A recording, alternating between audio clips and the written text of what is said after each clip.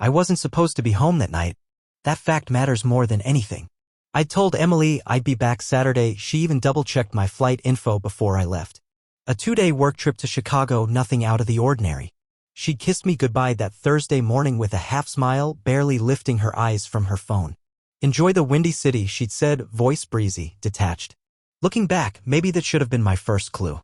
But hindsight's always a loudmouth. It never shuts up after the fact. The truth is, I missed her. Despite how off things had felt lately, her odd hours, her distractions, the way her eyes seemed to look through me more than at me, I still wanted to believe we were okay. So I caught an earlier flight home Friday night. I didn't tell her. I wanted it to be a surprise. Maybe she'd be thrilled. Maybe we'd order takeout and stay up late talking like we used to. That fantasy lasted exactly 11 minutes after landing. By the time I pulled into the driveway, it was nearly 9 p.m. Her car was there. Lights were on inside. The neighborhood was calm, the kind of calm you don't appreciate until you realize what's about to rip it apart. I unlocked the front door quietly. Habit. It smelled like her lavender, hints of sandalwood, and something else I couldn't quite place. The house was dark except for the living room lamp. No TV, no sound. Just the low hum of the HVAC and the soft creak of floorboards as I walked upstairs. That's when it happened. I opened our bedroom door, dropped my bag at the foot of the bed, and then I heard it. The Bluetooth speaker lit up. It's one of those smart ones that auto-connects to the last device. Only this time, it connected to my phone, not hers. At first, I thought maybe she had music playing. But no, what came through wasn't music. It was her voice. Laughing. Then whispering. "We'll have to be careful. He's back tomorrow." And then a man's voice, low, amused. A quiet chuckle. And then silence. Not because the speaker stopped on its own. Because I had. I stood there, every nerve in my body instantly on fire. My ears rang with the sudden hush. I stared at that damn speaker like it had just grown eyes and told me everything I didn't want to know. Footsteps sounded behind me. Light, cautious. "Emily." She walked into the room holding her phone in one hand, wearing a sweatshirt of mine and leggings. She looked startled, but only for a second. Then her face smoothed out, practiced. "Oh," she said, blinking at the speaker. "That old thing again?" She smiled, small, performative. It must have picked up an old recording. "Madison and I were joking about some dumb podcast thing a while back. You know how Bluetooth gets. Everything sounds creepy when it glitches." Her tone was light. Too light. Like someone trying not to alert a bear.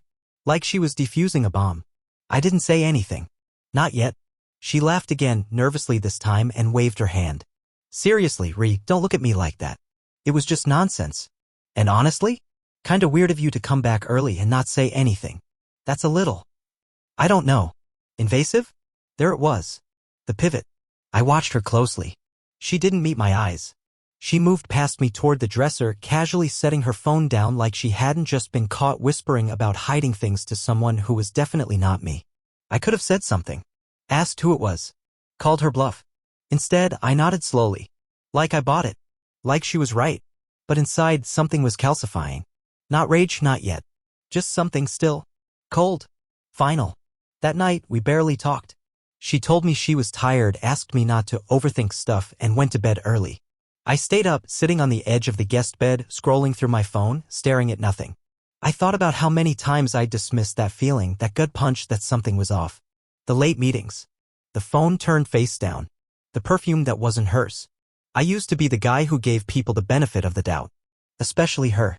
I loved Emily deeply, stupidly. I never imagined I'd need to watch her so closely, like someone watching the water to see if it'll boil. But standing in that room, hearing her voice, hearing his laugh, it snapped something into place. This wasn't paranoia. This wasn't imagination. It was something real. And it had just accidentally outed itself through a speaker I'd bought her for Christmas 3 years ago. I didn't sleep that night. She did. Or at least pretended to. She curled up on her side of the bed and didn't say another word. I listened to her breathing, steady and shallow, and I wondered if she'd planned to see him that night. If I hadn't come home early, would she have called him? Would he have come over? The thought made me nauseous. I spent hours replaying the moment the speaker turned on. Her voice, so familiar yet suddenly foreign. That whisper. The way she moved past it like it was nothing. The quick redirection, blaming me for, what? Hearing it? It didn't make sense. But at the same time it made too much sense. The truth, I realized, never shouts. It leaks. In slips of the tongue, in tech glitches, in stifled reactions when you walk into a room too quietly. That night was the first true fracture. The first time I looked at Emily and saw a stranger. I didn't say anything, not out loud, not to her. But in my head I started building the wall. Not between us, but around myself. Around what was left of me. Because I knew from that moment on I couldn't trust her. And I had no idea just how far it would all go. The morning after the speaker incident, Emily acted like nothing happened. She made coffee, toasted bagels, asked if I wanted almond milk instead of half and half. Her voice was sweet, almost syrupy, but her eyes? They never really met mine. She moved around the kitchen with practiced ease, humming lightly like she was performing normal. I sat there, barely touching my food, nodding along. I didn't say a word. That was the first move in the game I didn't know I'd been drafted into. She thought I believed her explanation about the distorted audio. That it was just some old recording with her friend. Bluetooth chaos. Glitchy tech. No big deal. And maybe I would have accepted it a few months ago. But not now. Not after hearing that whisper. Not after the shift in her voice when she realized what I'd heard. So I started reviewing everything I'd ignored. At first, it was like flipping through a mental photo album of moments I had excused away. Her new obsession with working late. Strategy meetings, she'd called them. Always conveniently scheduled around dinner or bedtime. Always vague. Always don't wait up. She'd started dressing differently for those meetings too. More form-fitting outfits, new accessories, a subtle but noticeable shift in style. Once, she wore heels she hadn't touched in years for a budget meeting, allegedly. I remembered one night specifically. I'd made dinner, tried to surprise her with her favorite pasta and texted her around 6 asking if she was coming home soon. No reply. She walked in at nearly 10 p.m., laughing to herself, scrolling on her phone. She smelled like sandalwood and citrus. Not her perfume. Someone else's. When I asked, she said it was a coworker's essential oil diffuser. Everyone uses oils now, babe, she'd added, like I was behind the times. Another memory surfaced. One that had slipped by until now. It was 2 months ago. I'd borrowed her car while mine was in the shop. As soon as I started the engine, the stereo picked up where it had left off, a playlist titled D+E Weekend. I thought it was some kind of podcast abbreviation at the time. Didn't mean anything then. I even smiled, thinking maybe it was some girl group playlist. D for Dana, her friend from grad school? I didn't press it.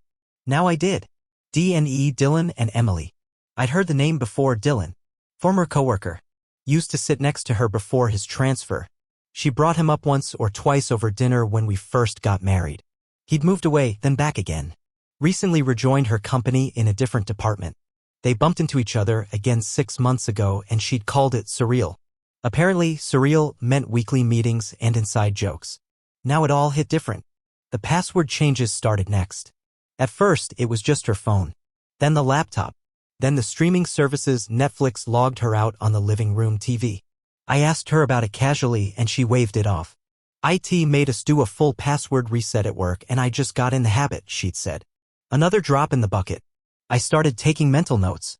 Every vague excuse, every unexplained absence. I documented them. Quietly, without confrontation. If this was what I thought it was, I couldn't afford to go in half-cocked and emotional. No, I needed facts. I started taking photos of the calendar she kept on the fridge. She was old school that way, still liked to write things down. But I noticed things started to change. Appointments with no names. Arrows and circles with no real context. Meeting 6 p.m., coffee with L, team wind down. All written with that same tidy penmanship but with less and less detail. Once she said she was going to a kickboxing class. When she came home, her gym bag was barely used. No sweat. Hair still curled. Nails freshly done. I asked how class went. Oh, K***lur, she said. My arms are dead. But she was scrolling Instagram as she said it, perfectly at ease, wine in hand. The more I looked back, the clearer it all became. There were veiled criticisms, too. Little things she slipped into conversation that felt like pinpricks. Like when she said I looked extra tired lately. Or when she joked that I wouldn't know fashion if it bit you. She said it all with a smile, but there was something sharp underneath. She was softening the ground. Chipping away at me. And I let her. Even our arguments started to feel rehearsed. Like she knew which buttons to push and when to pivot. Every time I got too close to a real question, she turned it around. Made me feel guilty. Like I was being controlling. Like I was the one who needed to trust more and relax. So I did. For a while. I tried harder. Cleaned up more around the house. Planned a weekend getaway. Bought flowers for no reason. Her reactions were always lukewarm. Thanks, she'd say with a quick hug. Then she'd disappear upstairs to answer work emails. One night, I left a note on her pillow before heading out for an early meeting. Love you. Proud of you. She never mentioned it. When I brought it up, she said she hadn't seen it. But the note was gone. I knew it wasn't just emotional distance anymore. It was evasion. She didn't want me looking. She didn't want me near whatever part of her life she was carefully building in the shadows. Still, I said nothing. I watched. I gathered. I became the observer in my own marriage. I started looking for patterns in the little things. Her mood on Mondays. Her phone usage on weekends. The apps she used most. I noticed she'd often open WhatsApp even though most of our communication was via text or email. When I asked about it, she said she used it for work groups. Said they shared files through it. One evening, while she was in the shower, her iPad lit up with a notification. I wasn't looking for it, but I saw it. A message preview from someone named D. It said, "Tonight was magic. You're still glowing in my head." She must have forgotten to disable notifications on the tablet. I locked the screen, put the iPad back exactly where I found it. I didn't confront her. I couldn't, not yet. Every bone in my body screamed to ask her who he was. To demand answers. But something told me she wasn't going to give me the truth. Not willingly. I needed something she couldn't spin. Something irrefutable. So I waited. Planned. The red flags weren't scattered anymore. They were a parade. A full-fledged pattern. A map with one destination. Betrayal. Emily didn't know it yet, but I'd stopped playing my role. I was no longer the husband sitting quietly in the corner waiting for her attention. I was watching, recording, piecing together a story she thought she could keep hidden. And soon I'd have more than suspicions. I'd have proof. I didn't know where the breaking point would come from. I had imagined it might be a careless text left open, a credit card charge she couldn't explain, or a mutual friend slipping up. But the truth came from a stranger, someone who knew exactly what they were doing when they pressed send. It was a Tuesday afternoon. I was working from home, something I rarely did, but that week I couldn't bring myself to be away from the house for too long. It felt like things were accelerating. Like something was building toward a final act. The silence between Emily and me had grown louder. We still spoke, but only about the essentials, groceries, bills, errands. She'd started ending her texts with a period instead of a heart emoji. That alone told me more than any argument ever could. My inbox pinged at 3:17 p.m. The email was anonymous. No subject. The address was a string of random letters and numbers. Spam, I thought at first, but the file attached caught my eye. A short video clip titled Emily_proof.mp4. My heart seized in my chest. I stared at it for a full minute before double-clicking. The video opened with grainy footage, security camera style, black and white. It showed a street corner I recognized immediately. Downtown. Right outside an office building near the financial district. The timestamp was from 4 days ago. The same night Emily said she was at a corporate dinner on the west side. At first, she stood alone on the sidewalk, dressed in a dark trench coat and heels. She checked her phone, looked down the street, clearly waiting. Then a car pulled up. A black sedan. The passenger window rolled down and she smiled in that familiar way I hadn't seen aimed at me in months. She stepped toward the car, opened the door, and slid inside. A man exited on the other side, walked around, and closed the door for her. Even in the blurry frame, I knew who it was. Dylan.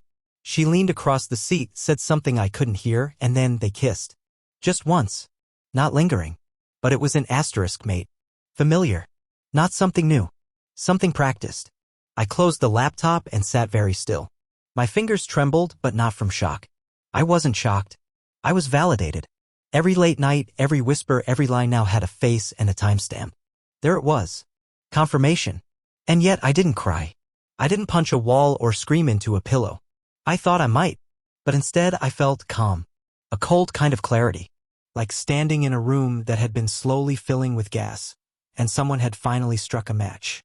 The explosion had already happened. All I could do now was walk through the wreckage and take note of the damage. I watched the clip again, slower this time. Emily had looked relaxed, comfortable.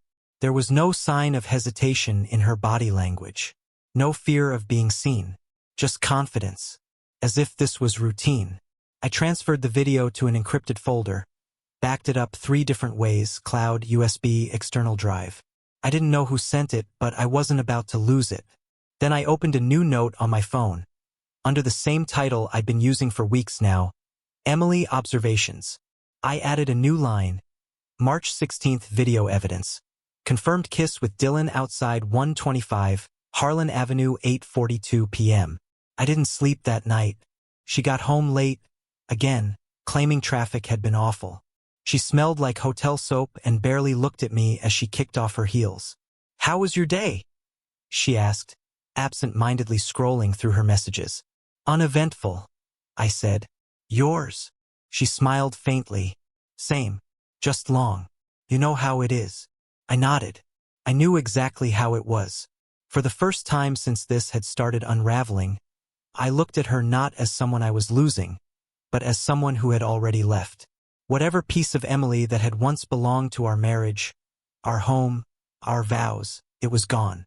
The person standing in front of me was a version of her I didn't recognize. One who could lie effortlessly. One who could kiss someone else in public and then come home to ask me if we were out of almond milk. The next morning I made a decision. No more watching. No more waiting. It was time to act.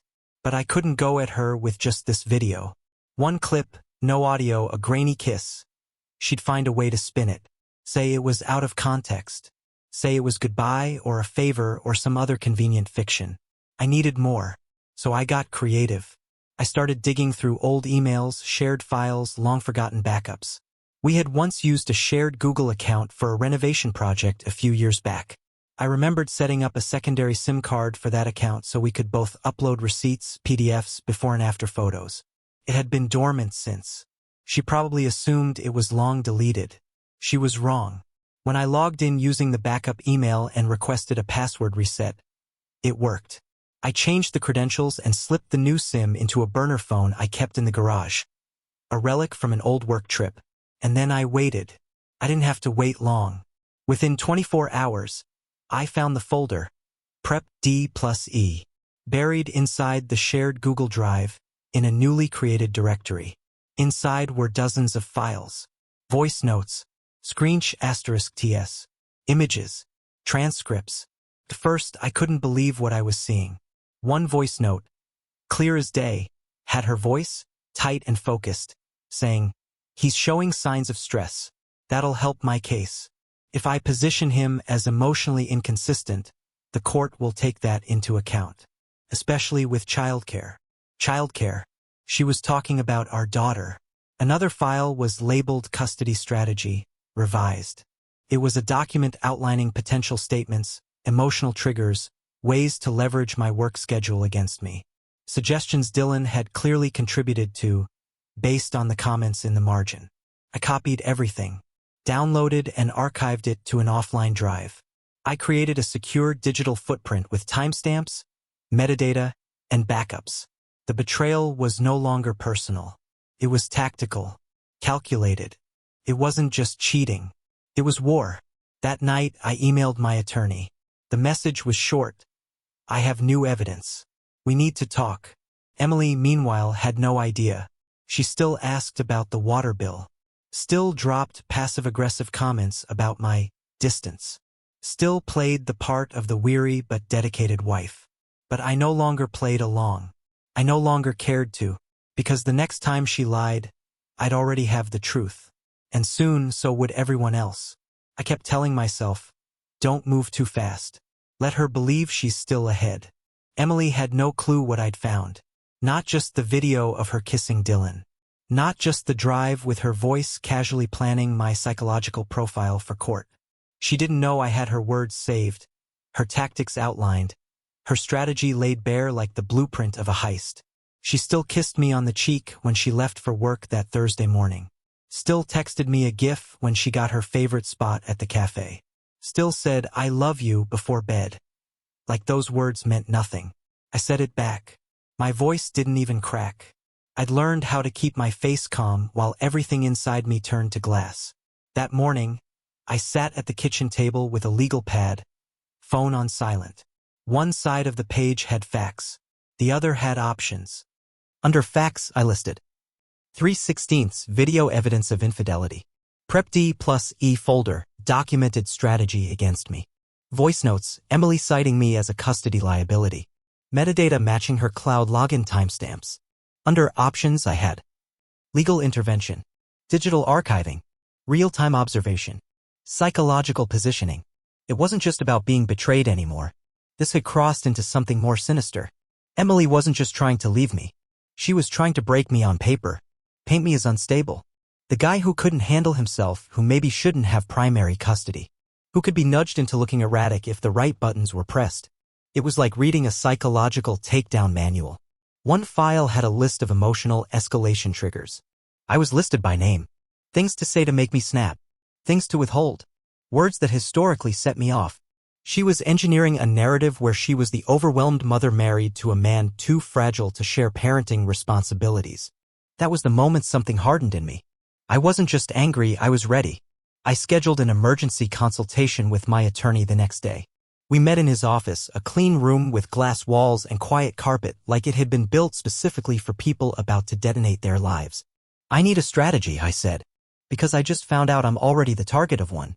I laid out the evidence, names, files, metadata. I showed him the video, played the voice notes, watched the change in his expression as the facts sank in. This is extensive, he finally said. She's not divorcing me, I replied. She's preparing to erase me. He didn't argue. He just nodded and pulled a legal pad of his own. From that meeting, the next phase began. We filed a quiet petition to prepare emergency custody rights. My lawyer called in a digital forensic consultant to authenticate the drive. We scheduled a session with a custody evaluator, not for a judgment, but a baseline. This wasn't reaction anymore. This was preemptive defense. Meanwhile, Emily kept up appearances. That weekend, she asked if I wanted to try a new Thai place. I said sure. Over dinner, she joked about work stress, how Dylan had picked the wrong time to rejoin the company, too much chaos. I nodded, smiled, let her talk. She had no idea I had already sent that same evening's calendar appointment, listed vaguely as team planning, to my attorney with GPS data from her phone embedded in the metadata of the cloud sync logs. And still, I needed more. I needed something live. Something that showed not just her duplicity but her coordination with Dylan. Something that couldn't be explained away with terms like emotional confusion or mutual venting. So I waited until the next breadcrumb. It came faster than I expected.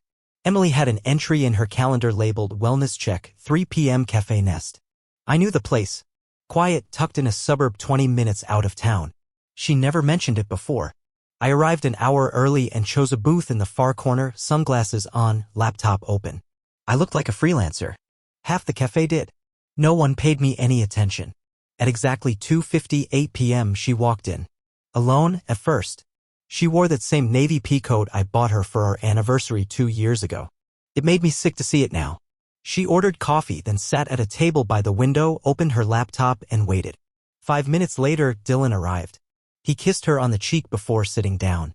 She smiled, bright, comfortable, in a way I hadn't seen in years. They pulled out laptops, exchanged a flash drive. She leaned in close, said something that made him laugh. I filmed the entire thing with my phone propped between a travel mug and a napkin holder. Discreet. Steady. I got audio too, enough to catch keywords. Custody, logistics, file size, and her saying if it's not secure, don't send it. I'll walk it over. At one point, they clinked glasses. A celebration. Of what, I didn't yet know. But I would. After they left, separately a few minutes apart, I waited another hour. I didn't want them seeing me. Didn't want to risk anything. Then I drove home and sent everything to my attorney. That night, I slept better than I had in weeks. Because now I had it all. This wasn't hearsay. This wasn't paranoia. This was a plan. A coordination of deception and legal manipulation. Emily had turned our marriage into a chessboard and placed me in check. But what she didn't realize was, I'd learned to play too. The next morning, before she was even out of bed, I filed the emergency motion. Custody. Protection. Asset shielding. The works. I also backed up every file twice, mailed a secure flash drive to my sister out of state, and began working with a digital integrity team to track any signs of countermanipulation. Emily sensed something had shifted, but she didn't know what yet. That night, she made dinner. Her favorite pasta. I wondered if it was guilt or fear that stirred her hands. We ate in near silence. I've been thinking we should take a trip, she said, too casually. Where to? I asked. Anywhere. Just get out of town. Reconnect. I nodded again. Yeah. Maybe soon. In my head, I added another line to the file. Behavioral pivot after strategic contact. Signs of calculated reconciliation attempt. Logged. Noted. Preserved. Because now I wasn't reacting. I was documenting. And soon she'd see how much I had. Everything was set in motion now. Like a domino run, every piece I tipped made the next fall easier, smoother, more inevitable. The hardest part wasn't gathering the evidence. It was pretending I hadn't already made up my mind. Emily moved around the house like nothing had changed. She hummed while brushing her teeth. She sent me funny reels on Instagram. She folded my laundry and left me a sticky note that said, "Good luck with your meeting today," with a little heart drawn at the bottom. I stared at it for a long time. Not because I was touched. Because I was calculating what kind of woman would draw a heart after planning my character assassination in a custody filing. She'd chosen masks over honesty, and I wasn't going to ask her to remove them anymore. I'd just film around the edges until the mask slipped on its own. By Friday, my attorney had prepped the first wave of filings. The motion for emergency custody was ready, attached to a growing archive of documentation. The video, the voice notes, the planning documents. But I knew the courts, especially family court, wanted undeniable context. They didn't always move on intent. They moved on manipulation that could be seen, heard, and digested by a neutral third party without legalese. So I planned one last capture. I checked her synced calendar, wellness coaching, Nescafe, 11:45 a.m. Same place as before. I marked the event as recurring, watched for pattern shifts. That Monday, she changed the title. No longer wellness coaching. Now it was storage, key handoff. Not subtle. That morning, she left the house just after 11. She wore boots, jeans, and a black jacket. Her face was lightly made up, lips glossed. Not for me. I waited 5 minutes, then followed. The Nest Cafe sat at the edge of a small commercial strip, boutique pet stores, a yoga studio, a high-end grooming salon. Lots of traffic, little attention. Perfect for a meeting meant to stay unnoticed. But she'd been wrong about that. This time, I didn't just bring my phone. I had a handheld directional mic rigged to a recording app and a small HD camera built into the strap of a gym bag. Nothing high-end, just enough to pick up faces and audio from across the room. I found a corner booth near the back, half-shadowed by a fake plant and facing a mirror that gave me 2 angles at once. She arrived at 11:46. Dylan followed 2 minutes later. They didn't hug this time. They sat directly across from each other. Their laptops came out almost immediately, as did a slim black flash drive. Emily took it from her bag, slid it across the table. Dylan plugged it into his laptop and began scrolling through files. She leaned in, speaking low but clear. "Everything's organized by date. PDF and audio versions. I backed it all up on cloud in case we need redundancy." He nodded. "Smart. I'll mirror it locally. When's the earliest your guy can move the paperwork?" 2 weeks, maybe sooner. He's pushing it through under the pretext of psychological safety. "You mean your husband's instability?" Her face didn't move. "Exactly. That was the moment. The line. The quote." I leaned slightly closer, heart pounding but hands steady. The mic caught every word, every click of the mouse as they navigated through my life, my reputation, like a shared project. They talked logistics. File security. Phrasing that would suggest concern for my daughter's emotional consistency without directly accusing me of harm. They wanted a clean character takedown.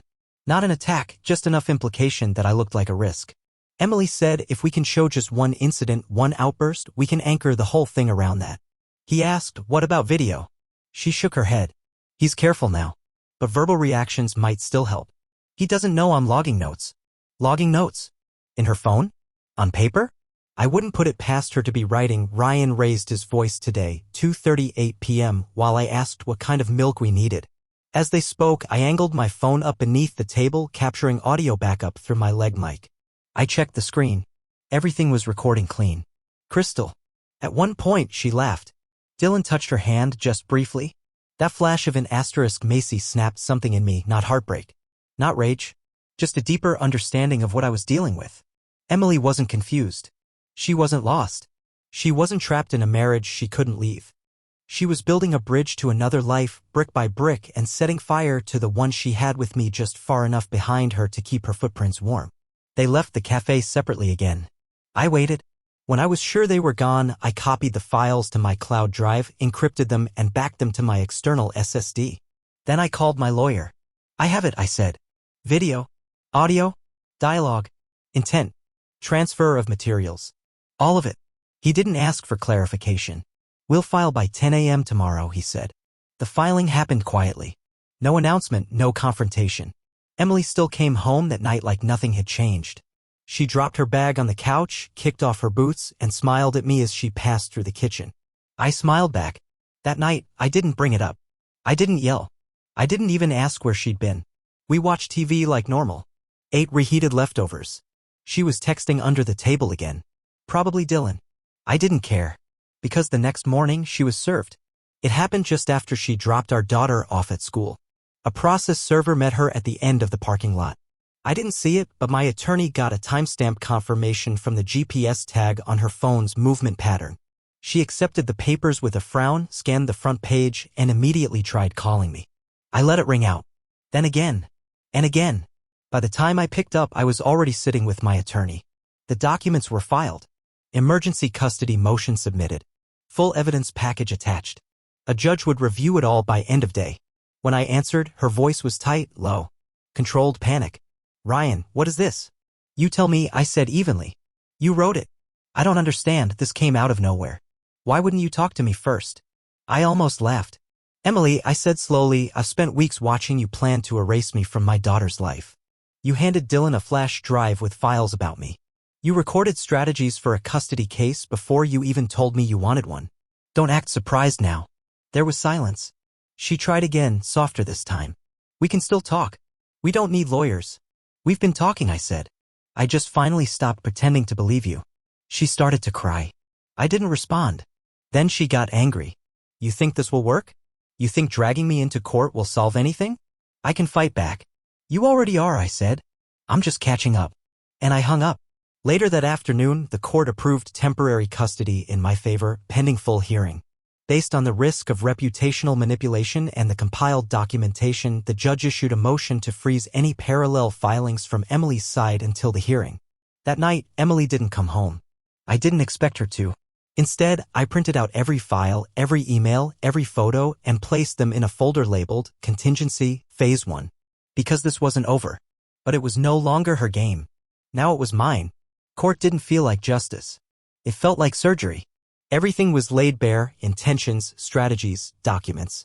It was procedural, clinical. My attorney presented the materials with methodical precision, audio recordings of Emily strategizing, **TS with metadata, synced drive logs with timestamps and device IDs. The video of the cafe meeting played silently on the screen while a court officer narrated what was being exchanged. Emily didn't say much. She sat there in a beige blouse, hair tied back, face unreadable. Not the confident schemer from the recordings. Just someone caught in her own trap. When her lawyer stood up to speak, the words came slowly. Uneasy. They tried to frame it as a misunderstanding, a plan for protection, not sabotage. A misinterpretation of private fears. But the evidence was overwhelming. Each document was a pin in a map leading directly to her intent. The judge didn't miss the patterns. Manipulated images labeled with edits, conversations that clearly didn't involve me, entries in a shared calendar tagged with initials that matched Dylan's email. And then came the audio. The moment her voice said, if he looks unstable even once, it helps me with primary custody, I looked over. She didn't flinch. But her lawyer stopped defending. The judge issued a temporary restraining order on the manipulation attempts. Emergency full custody was granted to me. Emily was ordered to undergo a psychological evaluation. Her petition to contest custody was suspended until further review. She didn't speak as the judgment was read. Her hands clenched in her lap, knuckles white. In that moment, whatever illusion of control she had maintained dissolved without a word. After the hearing, I moved out of the city. Just me and my daughter. We found a quiet house near a lake where mornings were filled with the sound of geese and the wind through trees. I repainted the walls. She picked the colors. We adopted a dog. I made pancakes on weekends. It felt peaceful. Not perfect, but grounded. Emily didn't make her court-ordered evaluation. Her lawyer eventually withdrew from the case, citing lack of cooperation. I hadn't heard from her in weeks when a package arrived at the new house. No return address. Inside was a single envelope. It contained a printed monologue, something she had written for the judge. It was dramatic, full of emotional appeals. Handwritten stage cues were scribbled in the margins. Pause here, look down, wipe eyes. At the bottom, in small handwriting, was a note, I'm not done.